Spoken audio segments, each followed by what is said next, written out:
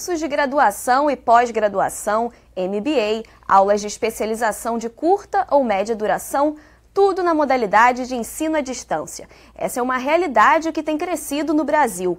De acordo com o Censo de Educação Superior, divulgado este ano pelo Instituto Nacional de Estudos e Pesquisas Educacionais Anísio Teixeira, o INEP, houve um aumento de mais de 20% no número de alunos que ingressaram nas turmas de ensino à distância.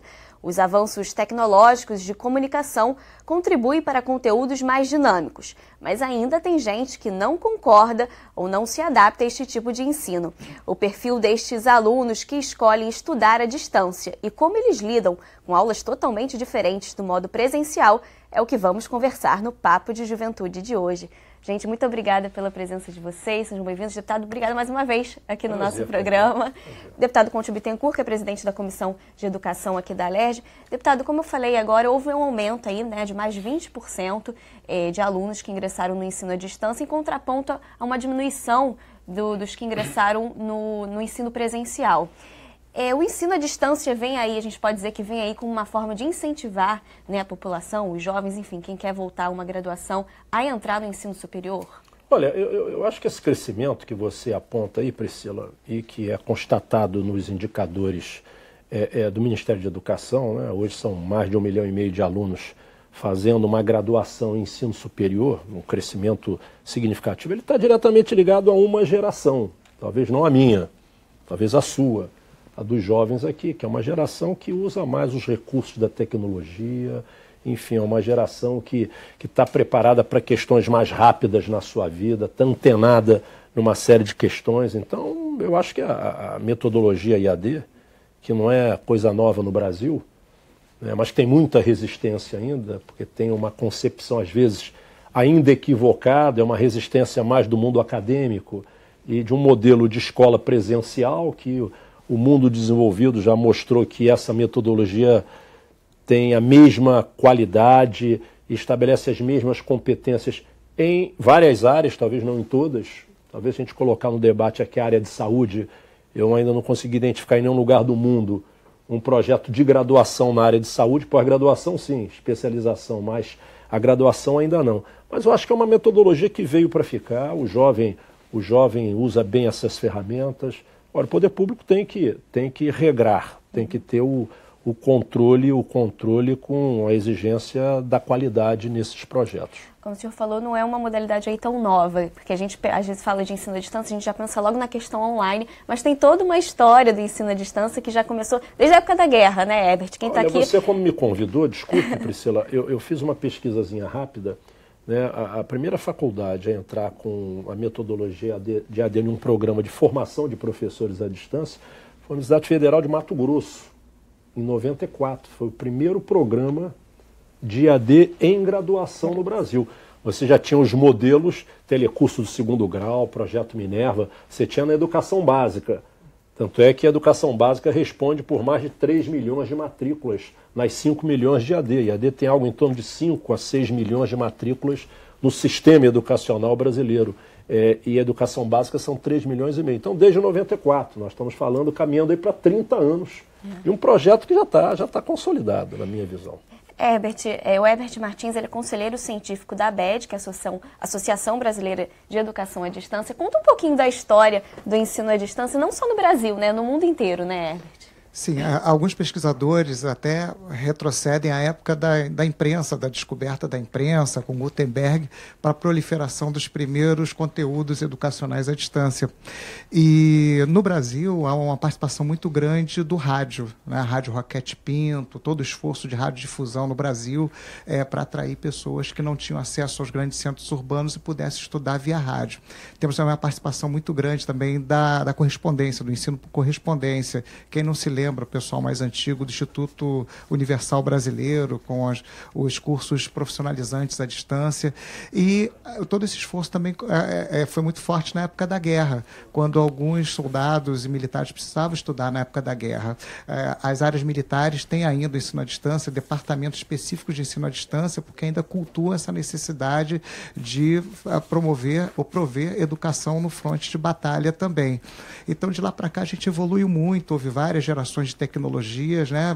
Basicamente começamos com material impresso, depois a radiodifusão, depois tivemos o videocassete, e as aulas gravadas por rádio, depois satélite, e hoje a tecnologia de banda larga e os smartphones, que vem ocupando aí 75% da população que estuda EAD já faz uso do smartphone como sua principal ferramenta para acesso aos conteúdos. Agora, Herbert, quem ainda não teve esse contato com aulas de ensino à distância, como que é a estrutura, né, dessa aula online?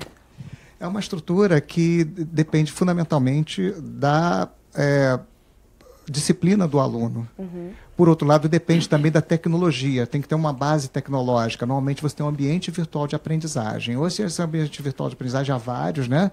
O mais difundido no mundo é o Moodle, que é uma plataforma aberta, mas há outros sistemas pagos. Alguns são desenvolvidos por empresas, grandes empresas de tecnologias, seja no mundo corporativo, seja no mundo acadêmico e na educação regular. Onde mais cresce a EAD, por incrível que pareça, é no mundo corporativo, porque é uma tendência de educação continuada à distância, até para reduzir custos e aumentar também a flexibilidade. Agora, o desafio para o aluno é justamente o de estudar mais. Eu costumo dizer que o aluno à distância, ele estuda mais. Acho que os alunos aqui, os nossos estudantes, podem falar dessa disciplina, né? Fazer esse contraponto. Mas se estuda mais, você tem muito mais acesso ao conteúdo, não é por acaso, como o deputado lembrou, nós temos o quê? Um acrescente aumento do desempenho nos programas, nos exames de escala, como o ENAD, por exemplo, que é o exame do ensino superior, que os alunos de ensino superior têm que praticar. E a maior parte desse aumento de performance, né, de desempenho, vem acontecendo com os alunos de educação à distância. Bacana. Cristiane, você pode dar um exemplo, então, para a gente, né? Porque a Cristiane, ela faz engenharia de produção à distância. Né, Cristiane? Mas não é o seu primeiro contato, né? Não. Na verdade, é a minha segunda graduação. A primeira foi presencial, então, assim, eu tenho esse bom comparativo para fazer. Como foi a minha experiência no presencial e agora com a educação à distância. E antes de fazer a graduação, de optar por fazer a segunda graduação à distância, eu fiz outros cursos de duração um pouco mais curta. Inclusive, fiz uma pós-graduação, que foi a meu primeiro contato com a educação à distância, foi essa pós-graduação. No início foi desafiador, exatamente pelo que o professor comentou da disciplina, né? Porque no presencial você tem aquele dia e horário programado, né? Onde você vai às aulas e ali você atua, às vezes ativa, às vezes passivamente, naquele tempo ali, no né? tempo, né? No conteúdo. E na educação à distância, você é sempre ativo. É você que vai lá desde ligar a sua máquina ao seu computador, de se programar, de acordar naquele horário, ou de à noite, ou à tarde, enfim, no tempo que você disponibilizou. Na parte até de antes, né? De disponibilizar esse tempo. Só depende de você mesmo, Só depende, né? de você, não tem a cobrança. E ainda tem a segunda questão, porque quando você vai até a faculdade, ou você vai até o seu curso, todo mundo que participa da sua vida sabe que naquele dia, naquele horário, você não está em casa.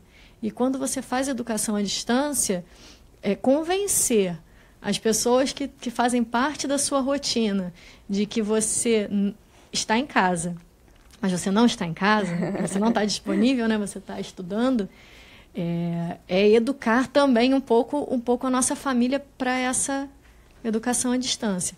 Então, assim, a minha opção pela educação à distância, ela veio pela necessidade que acho que a maioria tem, né? A questão da flexibilização do tempo. Hoje eu sou mãe, quando eu fiz a minha primeira graduação eu não era, então tinha que reorganizar.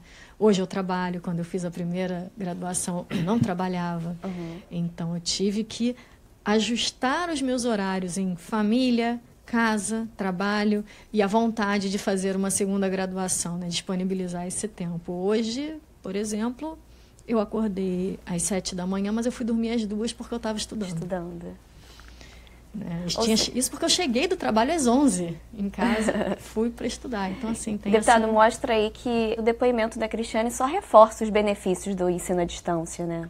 Benefícios e responsabilidade, né? A Cristiane tocou em um ponto muito importante. O professor Herbert falava um pouco o perfil do aluno. Primeiro, uma má compreensão de parte das pessoas com relação ao que é a metodologia da educação à distância. Eles acham que é uma coisa de menor compromisso, de menor disciplina, não tem aquele horário rigoroso. E a Cristiane colocou muito bem, pelo contrário. Né? A metodologia de educação à distância exige uma disciplina muito maior e seguramente uma dedicação muito maior, porque ela é quase full time. Você organiza nesse mundo moderno. Por isso que eu disse que o jovem, essa geração, ela está mais preparada para essa metodologia do que a minha geração, porque o jovem está mais antenado não só nas novas ferramentas, smartphone. Quando é que eu pensava, né, em estudar no smartphone? Né? Eu tenho dificuldade de ler mais do que 2 laudas no meu iPad, que já está superado, não é verdade? Eles leem um livro no telefone, né, do smartphone. Então, eu acho que a Cristiane colocou com muita precisão, Priscila. Disciplina, é o perfil do aluno. O aluno tem que ler bastante antes de fazer opção pela EAD, pela educação à distância, ler bastante sobre essa metodologia, o grau de comprometimento que ele tem que ter, porque senão vai desistir logo no início. Ele vai perceber que chegou com uma expectativa e ali é completamente diferente. Deve acontecer muito isso, né, Cristiane? Você deve ter perdido muitos colegas aí, vocês também, ao longo do seu curso. Uma outra coisa que a gente pensa é que a educação à distância ela é fria, que ela é distante, que a gente não tem contato com o colega. Exatamente por a gente ter essas novas tecnologias e aplicativos, a primeira coisa que a gente fez quando se encontrou, vamos dizer assim, né, nesse primeiro encontro que sempre é presencial, foi trocar telefone e criar um grupo de WhatsApp. A gente se fala o dia inteiro. Às vezes eu olho lá 100 mensagens e falei, gente, o pessoal fala beça.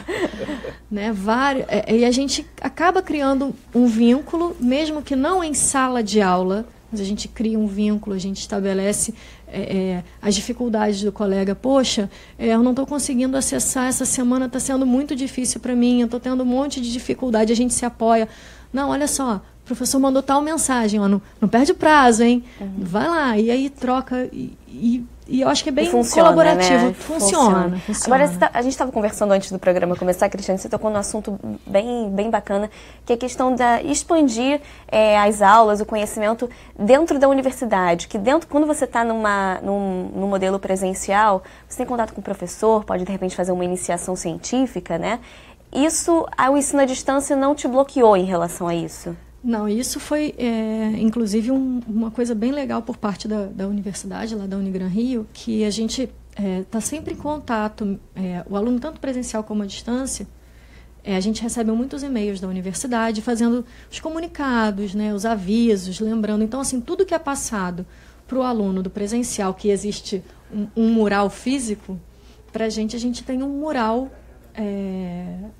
online, né, na plataforma. E esse mural fica ali exposto, olha, iniciação científica, inscrição, professor tal, procurar. No caso, eu faço parte de um projeto da Unigran Rio, que é a Empresa Júnior, que é um laboratório de empreendedorismo. E eu já, mesmo como eu falei, né, bem recente, assim, eu já me engajei, falei, não, quero fazer parte disso, é uma experiência profissional, já dentro da faculdade, já atuando. Eu entrei quando foi anunciado Empresa Júnior, eu falei assim, o que é isso? Mas aí partiu de você, né? Que é o que você falou no início da... Tem essa troca, tem que né? ter, Mas eles avisam. Acho que assim, o legal é que a universidade, que as escolas, elas têm essa preocupação de tratar o aluno à distância como ele trata o aluno presencial. Sim, sim. Né? Na verdade, só o veículo de comunicação é que é diferente. Que não é uma pessoa batendo lá na salinha, gente, vai abrir inscrição para iniciação científica. Né? É na plataforma, o nosso muralzinho com letras grandes, piscando lá, olha, abriu inscrição para iniciação científica. Bacana. E esse canal é bem legal. A gente vai fazer um intervalo bem rapidinho para continuar esse bate-papo sobre ensino à distância. Você que está acompanhando a gente, não sai daí não, a gente volta já já.